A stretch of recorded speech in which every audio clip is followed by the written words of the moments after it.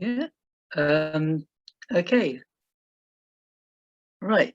Well, there's been a bit of a panic on my end because I've realised that I can't share my PowerPoint and have my notes up on the same page. So I spent everyone else's talks quickly scribbling stuff down to post-it notes. So we'll see how well this goes. So for anyone who's not familiar with the scheme, the Portable Antiquities Scheme is a national project run by the British Museum in partnership with sort of local bodies in Wiltshire. These are Salisbury Museum, Wiltshire Museum, Swindon Museum and Art Gallery, and Wiltshire County Council. Our aim is to record archaeological finds and found by members of the public and promote best archaeological practice. But to be honest, I'm sure most people are quite bored of hearing that because we seem to bring it out at every talk.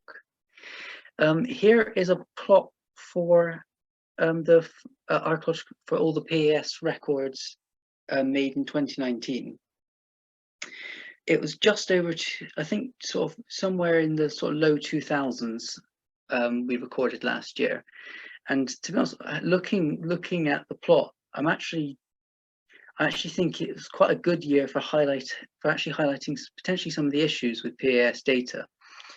What we can actually really see here are lots of little groupings that probably actually relate to the activities of particular metal detectorists or particular landowners, rather than sort of genuine archaeological trends.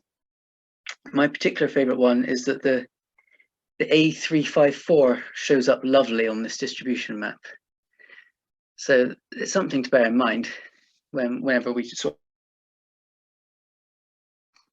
looking at the actual a breakdown of objects recorded by period. You can see that as was the case with Melanie as well, we recorded lots of Roman stuff last year, and in particular Roman coins. There was quite I think it's probably down to a couple of sites being particularly productive. But what I have aimed to do is, because I secretly think nobody actually really likes Roman coins that much, I haven't actually included any in the talk, thankfully. So I'll start rattling through the finds. The first group of objects I want to go through are a couple of Iron Age coins actually found at All Cannings. So within a few fields actually of the Iron Age settlement excavated by Cunnington in 1920. This is a coin of a base metal stater of the snavenate type, which is issued by the East Wiltshire Group. Essentially, this is a type of coinage which is both actually quite rare. You can see there's not a huge number recorded on the PAS database, but it's also extremely limited in its distribution, and it's used to argue for the existence of tribes. Probably not a very good word to use, but I can't think of anything better at the moment. Existed in the sort of the mid 1st century BC, and which would then eventually be sort of subsumed into the larger Deboni tribe. If we go back to, so you can see one side's obviously clear, but on the other side you've got the sort of a very common motif on pretty much every Iron Age coin. You have quite an abstract horse with a wheel below and various other bits filling the space. The second coin, this one actually also from nearby, is actually a Central Gaulish type, dating to about the same period. And it sort of goes to, it's a cast copper alloy one, but it just sort of goes, not cast rather, it's this one is struck, sorry, ignore me.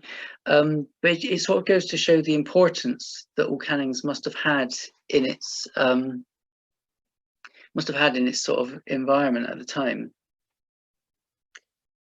And again, you can see, as with again all Iron Age coins, they really liked horses.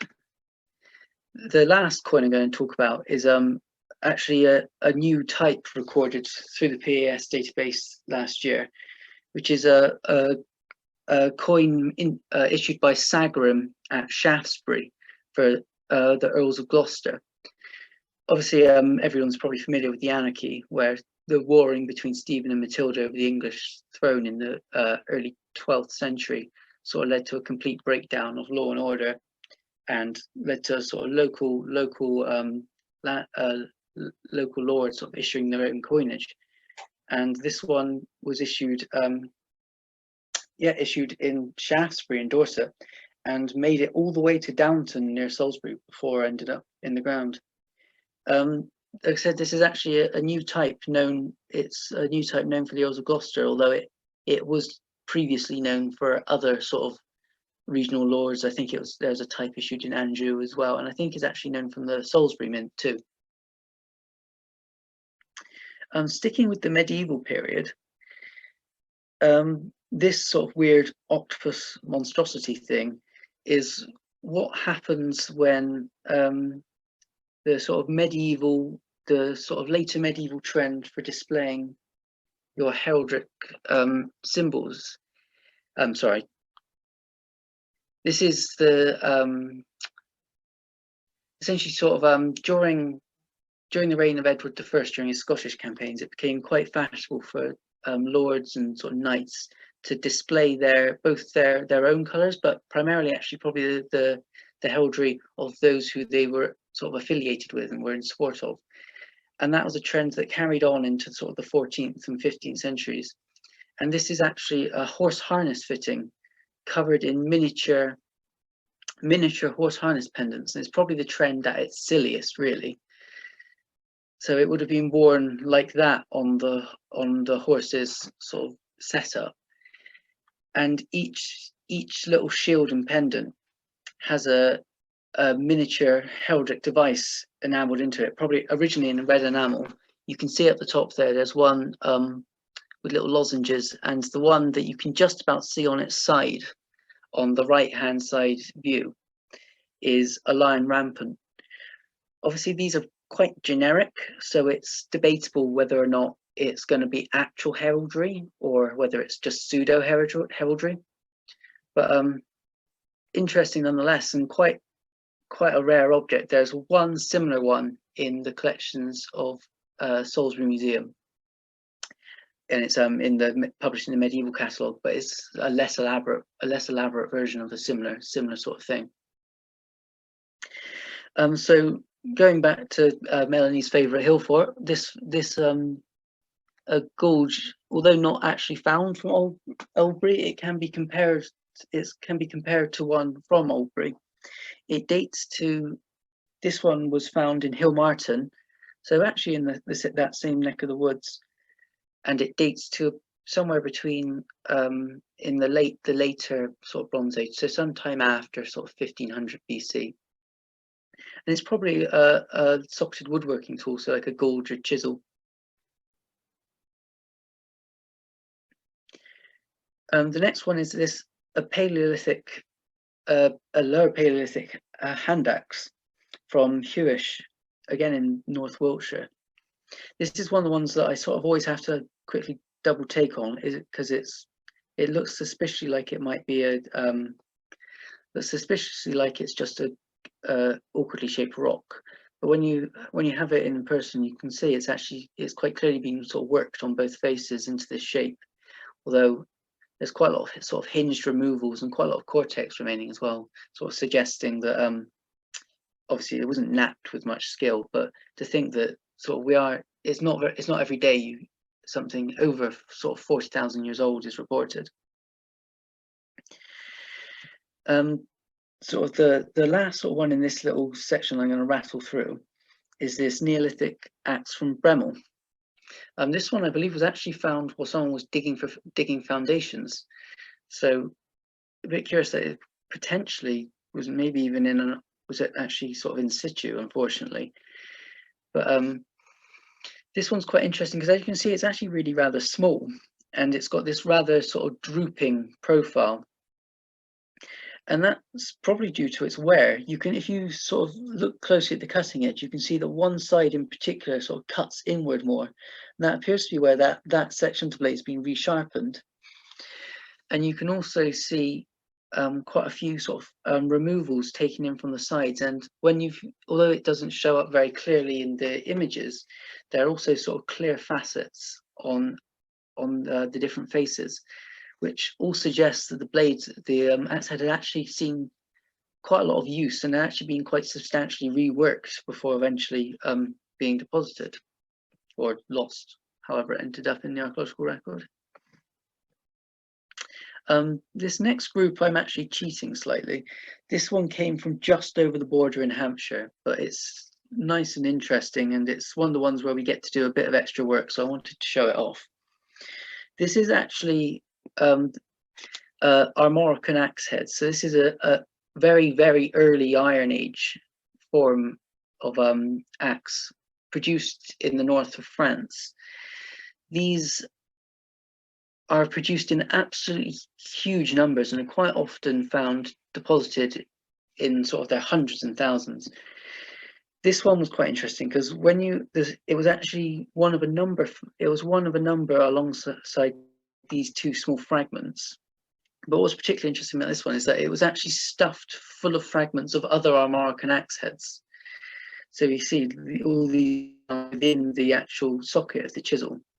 And eventually, at the rattling around inside at the base, was this probably actually a pinhead. We were able to get PXRF analysis done on this group, and it sort of confirmed what we already knew about the Moroccan Axe Head, is it would be a very heavily leaded copper alloy. But we actually found that all of the fragments were made of the same sort of alloy, including the pinhead, with the exception of a small fragment on the right, which we assumed was actually part of a pile stave from the hafting end, where it would have been. So what you've got is that sort of slightly T-shaped cross section would have originally been one of the sides that would have sort of held it into the haft. That one fragment is actually something like 80% tin, which is almost reaching tin ingot levels of sort of quantity. So that one's a real sort of question mark. When you look at the group on the right, you can see all this sort of orange sort of stuff within the socket, and that's probably actually the remains of part of the mold, which suggests that the axe head was never actually used. And you can also just make out from the large image of the overall axe head that everything was stuffed in, you can actually see that the casting sort of seam hasn't actually been worked away on the cutting edge. And again, so this axe head was probably made specifically to be deposited, and it's something you see quite a lot on our Moroccan axe heads, as well as other axe heads dating to this sort of very, very early Iron Age period. In terms of the overall distribution, this one actually sort of fits right in where they should be within England. They're normally found sort of around the Solent, going up into Wiltshire towards Swindon. The next object I'm going to talk to actually came from Eddington. So this is what was probably in the past called a wide cuff bracelet. Is the terminal end of a Romano-British penannular bracelet. You can see sort of the linear sort of decoration going along one end of it, as well as quite these little ring and dot punches along one side. And in 2005, Nina Crummy actually linked these in with quite a lot of the metalwork you see on sort of military accoutrement from this period. So things like Hod Hill brooches and things like that. And she suggested that these bracelets may actually be linked to the military and could potentially be a base metal equivalent of the armorlay, which are described in quite a lot of continental sources. Although in that context, they're often they are often a precious metal. It might be that these were issued to soldiers serving in Britain. And as I said, found in Wirral, this one was actually quite not Wirral, found in Eddington. This was kindly donated to Wiltshire Museum by the finder. The next object I'm going to talk about is this sort of really interesting Roman T-shaped brooch. So you can see just from looking at it, it's quite weird. The main thing that sort of sticks out is it's got this really quite massive lead inlay. Unfortunately, any decoration it had seems to have decayed as the lead is sort of as the lead has corroded. But we can actually still tell quite a lot about it, mainly because the head plate is actually extremely distinctive and is really typical of large southwestern T-shaped brooches, which are made probably in the Mendips and are found and are produced mostly around found mostly in the sort of Dorset and Somerset area and the surrounding areas of Devon and Wiltshire. And you can actually see sort of near identical looking head plates on sort of brooches that look completely different. This one is quite interesting because it's not necessarily a new type, but it's potentially the first time the top half of this brooch has been found. In Macreth, who publishes the lower bow of an extremely substantial looking brooch, which he sort of puts in his oddments and his sort of odds and ends group, which you can't really place. So it's nice that we've been able to sort of clarify this. What's particularly interesting is that with the brooch being made in the Mendips, there's also the potential that the lead was sourced locally, and this brooch would have predated the assumed sort of expansion of the lead industry in the Mendips, or the lead and pewter industry in the Mendips, I should say, in the mid-3rd century. And that will sort of lead me into the main, probably the most spectacular find from last year, which is this hoard of Roman pewter from Colston. The discovery, this was actually one of 2 hoards found, and I'll discuss the other one in a second. But I'm not going to focus too long on these because I've already given one talk on these already in March, and I don't want to bore anyone else. But the tank in particular is quite enigmatic. We're not really 100% sure what these tanks were for. For a very long time, they were described as baptismal fonts. But in 2012, what's the name? Carrar described quite convincingly, I think, that the evidence for their use as baptismal fonts is really quite weak.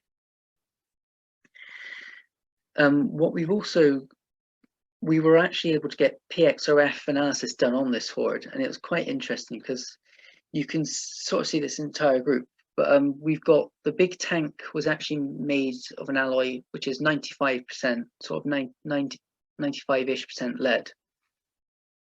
Many of the plates were made of the typical sort of Roman pewter alloy, which is 2 parts tin to 1 part lead.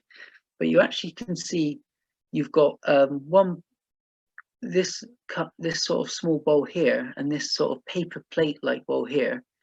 Although you can't really see it in this photo, this bowl has actually got internal fluting, so the 2 do appear to make a matching set, and both appear to be around sort of 90% tin. So it's really quite interesting that we appear to have potentially quite a high status. These 2 in particular seem to be sort of like almost like a centerpiece almost. In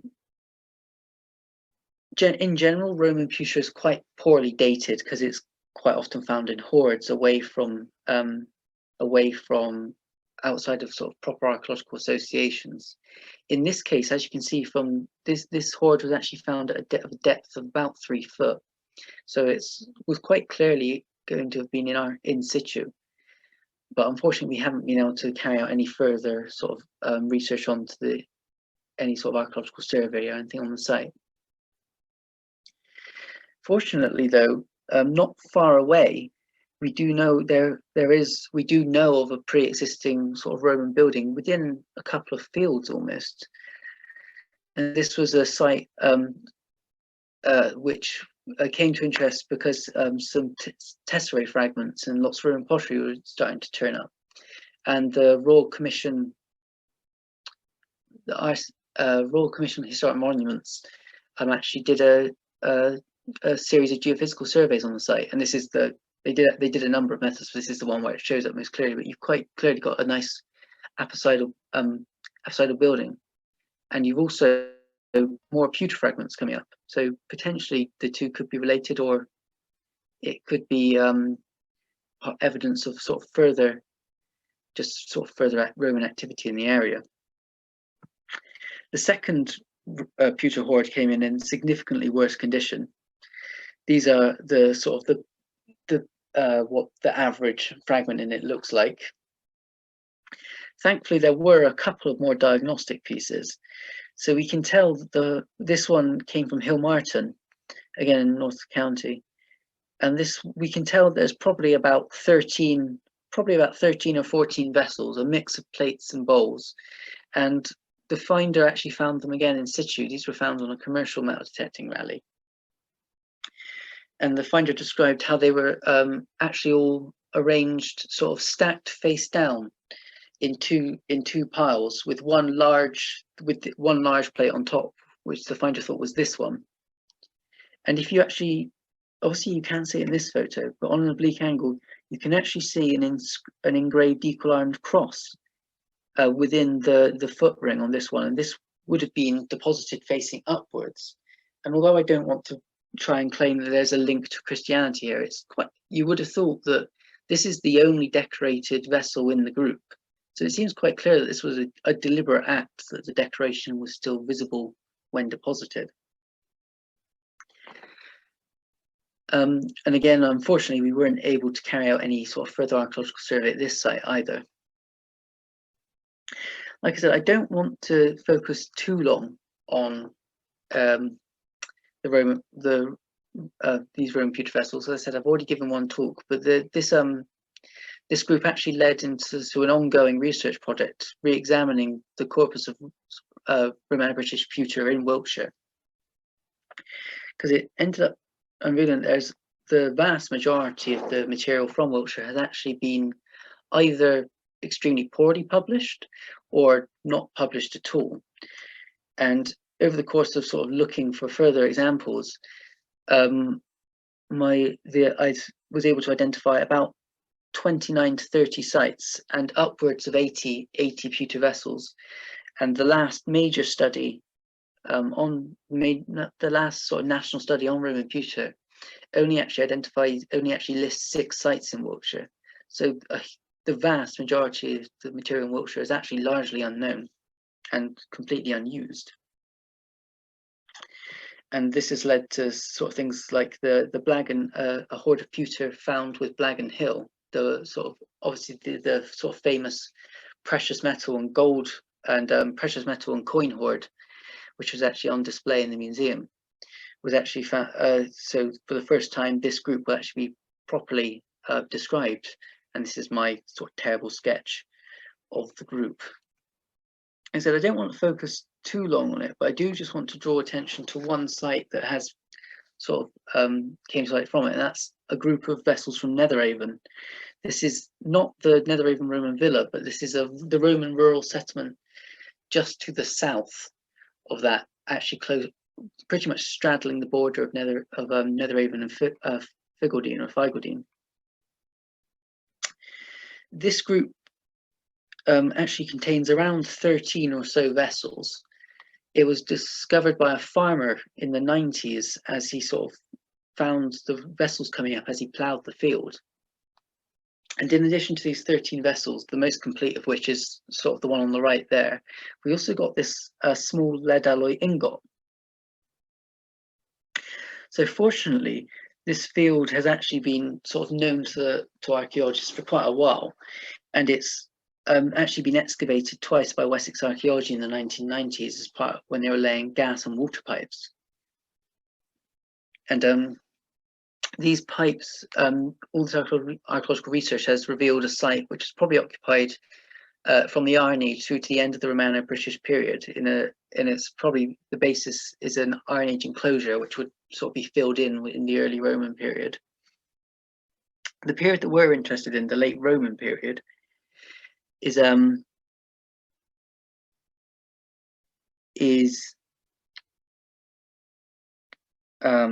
sorry, my face. Yeah, so we're actually interested in the late Roman period, and that sort of period of the site is actually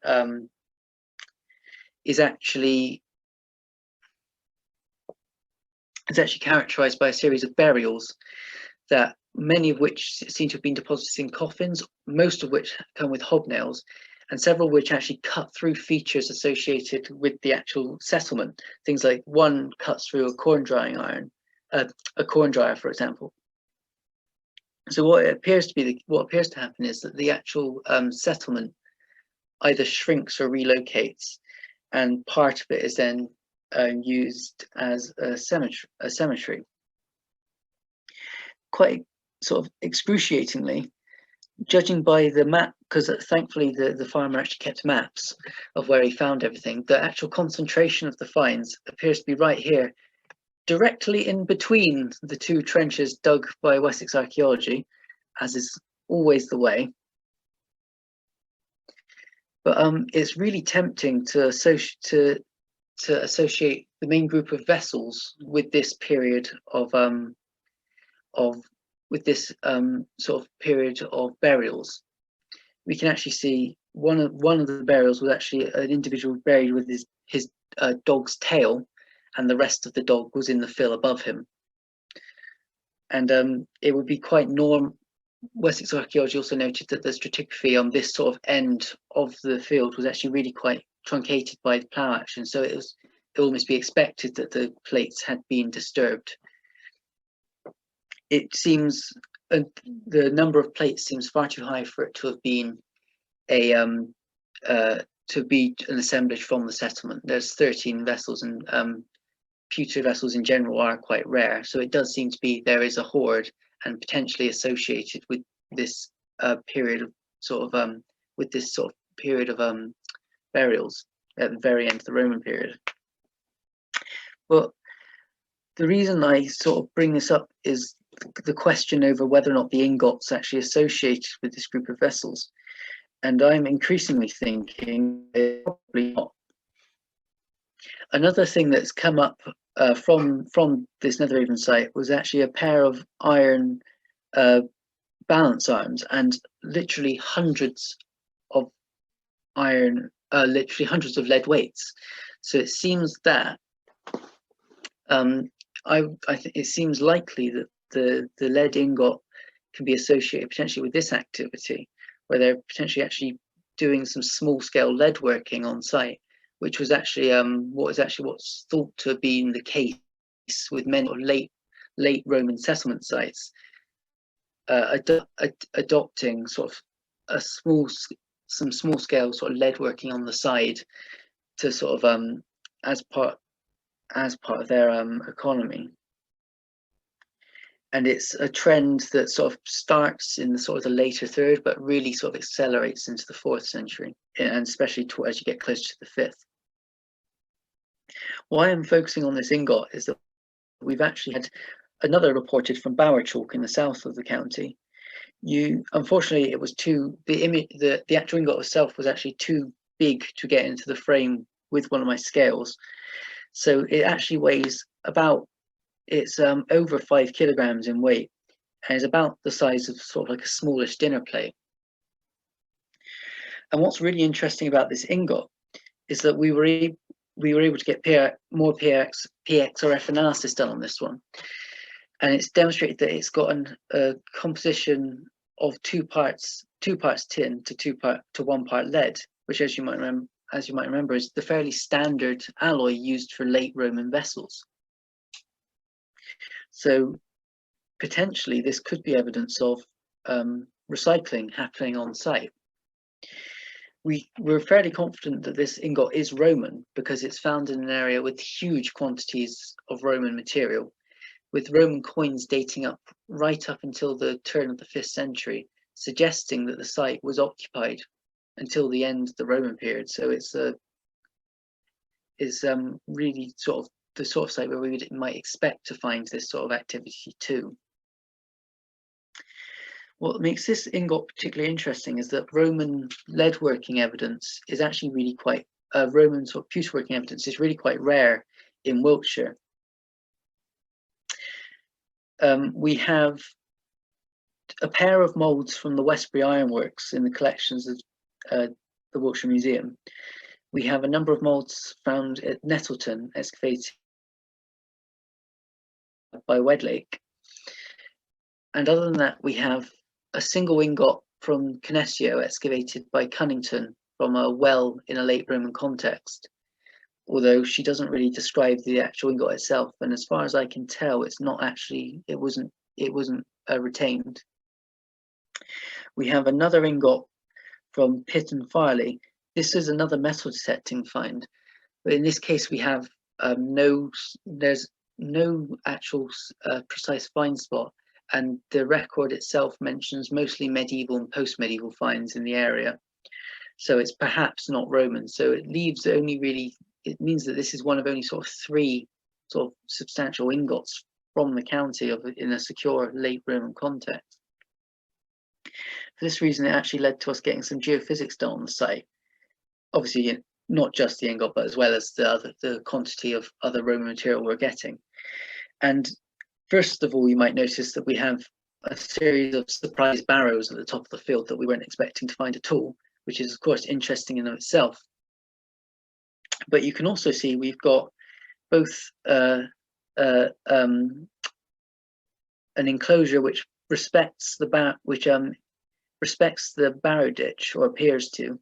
But what we're really interested in is down in the bottom right corner, right where all the concentration of Roman finds are being made, as well as where the ingot itself came from, is that we've got this sort of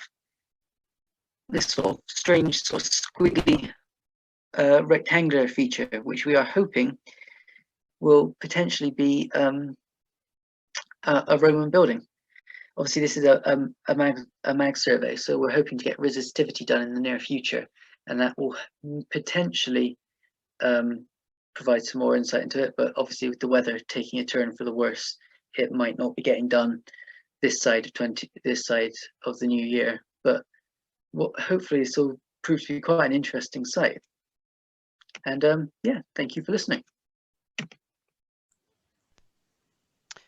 Thank you very much, Will. That was fantastic. That was really, really good. We've been trying to get people from the PAS to do talks for the last few years, and Will, we finally managed to twist his arm to come and do it. I mean, Will's not, he hasn't been here for the last 8 years, but it's been a fantastic presentation, and I think it really shows that the rich finds that could be found across the county, and through and being reported by metal detectorists. I think we've got a couple of questions. And I think, David, can you do the questions? Yeah. Are you able to speak? The first is from Jamie, saying, what sort of stone is the Neolithic polished axe? It's a flint. I haven't had any sort of detailed work done on it, so, but it's that sort of honey-coloured flint that I think comes from the sort of, is it the Claywood flints around sort of, I think that's the sort of the stuff you get in Surrey, I think, although don't quote me on that. That's off the top of my head. Okay, so it's flint. Yeah. And Carlos and Janine have asked, how was the first Pewter Horde found that you talked about? Oh, both of the ones reported through PS were found by metal detectorists. The one from Netheravon was found by a farmer who was noticing that things were coming up as he ploughed the field. Okay, and Jonathan Brooks has said, Wiltshire is very popular with day visitors travelling up to 250 miles to attend commercial detecting rallies held almost weekly in Wiltshire. Has there been a corresponding increase in finds recording by flows in other counties of items found on these rallies? I don't really know. On a sort of, I haven't really looked into it on a detailed level. On an anecdotal level, I am noticing more treasure cases being reported to flows outside of the county, but whether or not that's actually translating into fines as well, to non-treasure reports, I'd have to have a look at that. Be a sort of a case of sort of having a look at the data and compiling a few graphs, I guess.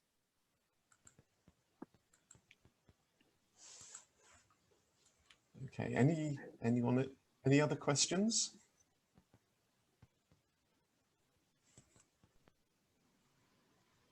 No? I think, David, we should call it a night. I think we probably should. I'll Thanks, tell you what, everyone. the one good thing is at least we haven't got those uncomfortable plastic chairs. We can all be in our nice, comfortable chairs at home with a cup of tea. But yeah, I'd just like to say thank you very much to all the speakers. I hope everyone's enjoyed it. It has been a different experience, but I hope it's worked out well. We will try and sort out a couple of our tiny technical things so you will actually be able to see the speaker next time, which would be nice. And I would just like to say that tomorrow evening, back at the same time, we have 2 presentations. One by Katie Whitaker on her recent fieldwork on the Sarsen fields of Wiltshire. That's based, her PhD is based on Sarsen research. And the other one is by Bruce Fox, who will be talking about the Ogbourne St Andrews Barrow and the recent investigation that his group's been undertaking on that. So hopefully we'll see lots of people there tomorrow. And I think that's it from me, David. Is that's it. Anything Thank else? you very much. Goodbye, Lovely. everyone. Cheers. Thank you very much, everyone. Good Bye-bye. night. Thanks Bye. again to the speakers. Thank you.